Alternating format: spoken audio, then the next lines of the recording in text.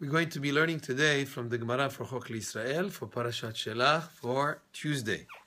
And by way of introduction, when a lady comes to collect her ketubah, whether as a widow or divorcee or that type of thing, question is whether we should be concerned if she already collected some of it before and whether she needs to take an oath that she didn't collect a partial payment or a whole payment.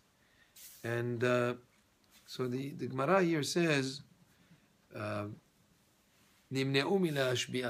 refrained from making her take an oath for reasons that will become clear as we go through the Gemara here. Maitama, what is the reason? Ilema mishum de Rav Kahana, if the reason is because of what Rav Kahana says, that Amar Rav Kahana, Amrela Yehuda Amar Rab. And this that we're quoting Rav Kahana, and we said that he said that it was Rabbi Yehuda that said in the name of Rab. There was once something that happened, that it was a years of drought. There was a man who had a gold coin that he entrusted with a lady. She was a widow, and told her to please watch over his gold coin. And she took that gold coin and wanted to put it in a place where it would be safe, and she hid it. Where did she hide it?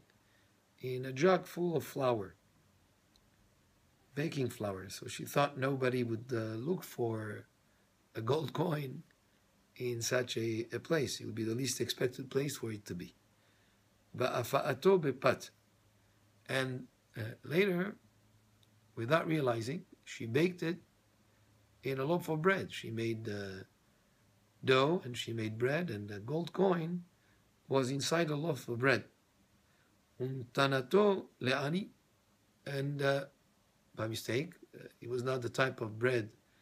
It was not the bread that she ate. She actually gave it even as a donation to a poor man who was hungry and came and asked for food. She gave him the loaf of bread, and inside that loaf of bread was the gold coin that was put with her for her to watch over. Le'amim, ba ba'ala dinar, sometime afterwards, that person who owned that gold coin came to her, va'amala havi li dinari, and he told her, please give me back my gold coin. She looked for it, she couldn't find it in the jug of where the flour was. Amrale, she told him, something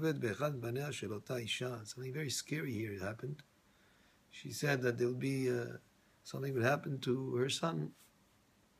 If she benefited in any way from that gold coin that she received from him. In other words, she made a statement, and just by that, we see the incredible power of speech here, especially in the week that we speak about the way that the Meraglim, the spies, said Lashon Hara, and that we have to be very careful with what we say.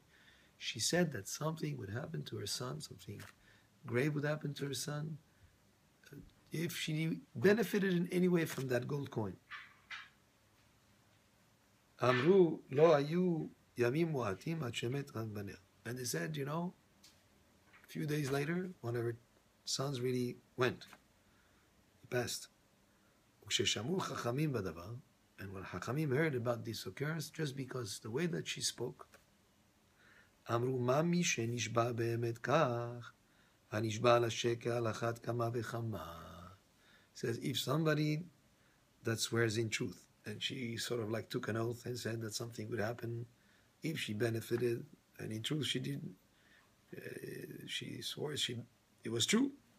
This is what happened to her. If somebody would take an oath or say on something that was not true, more so, she should be very concerned of what would happen. So Gemara still is wondering, why was she punished? After all, she did not benefit. And the Gemara answers, the ishtar shela mekom dinar. The space that was taken up in the bread by the gold coin was a space that she saved flour for that area. In other words, if a loaf of bread usually would be 1 pound, just for discussion's sake, it was 1 pound less, a few very little bit area where the flour would have been, it was less than 1 pound because she had the gold coin there, and therefore she benefited from that little small minute amount of flour that stays in the jug, and therefore that's why she was punished. And the Gemara says, "Umay mi shenishba be'emet," but he says, Chachamim said she swore in truth. She said a true statement. And the Gemara answers, "Kemi shenishba be'emet." It was as if it was true. And therefore, we have to be very, very careful the statements that come out of our mouth. We have to be extremely cautious not to make any statement, because there is definitely the power of speech that something could happen even when the least, chas v'shalom, when the least expected. So always to say only good things. And the Gemara says, if that's the case, imishumha mai irial mana afilu grusha nami. So he says, we'll go back to the question that started this whole discussion. Why do you say that a widow should not swear that she did not benefit from the ketubah, that she did not receive a partial payment on the ketubah that she's coming to collect? Afilu grusha nami, even a divorcee should be able to also have that same thing, where you don't make her take an oath. And the Gemara says, Nami, why this rule applies only to a widow? But grusha, but a divorcee, mashbin, we make her swear.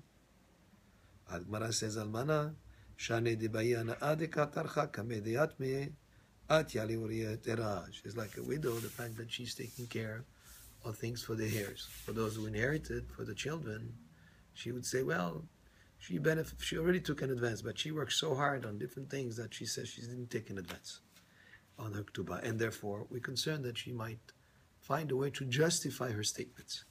So, to summarize, one very important lesson from this Gemara is we must be very, very careful about the words that come out of our mouth. Never should a person say that something bad should happen to him, or like some people make statements with some negative consequences, because you never know. Even if you're trying to prove a point, that, like this poor lady didn't know where the gold coin went. She did not know that the gold coin saved her a few grains, a little bit of a very minute amount of flour. She had no idea.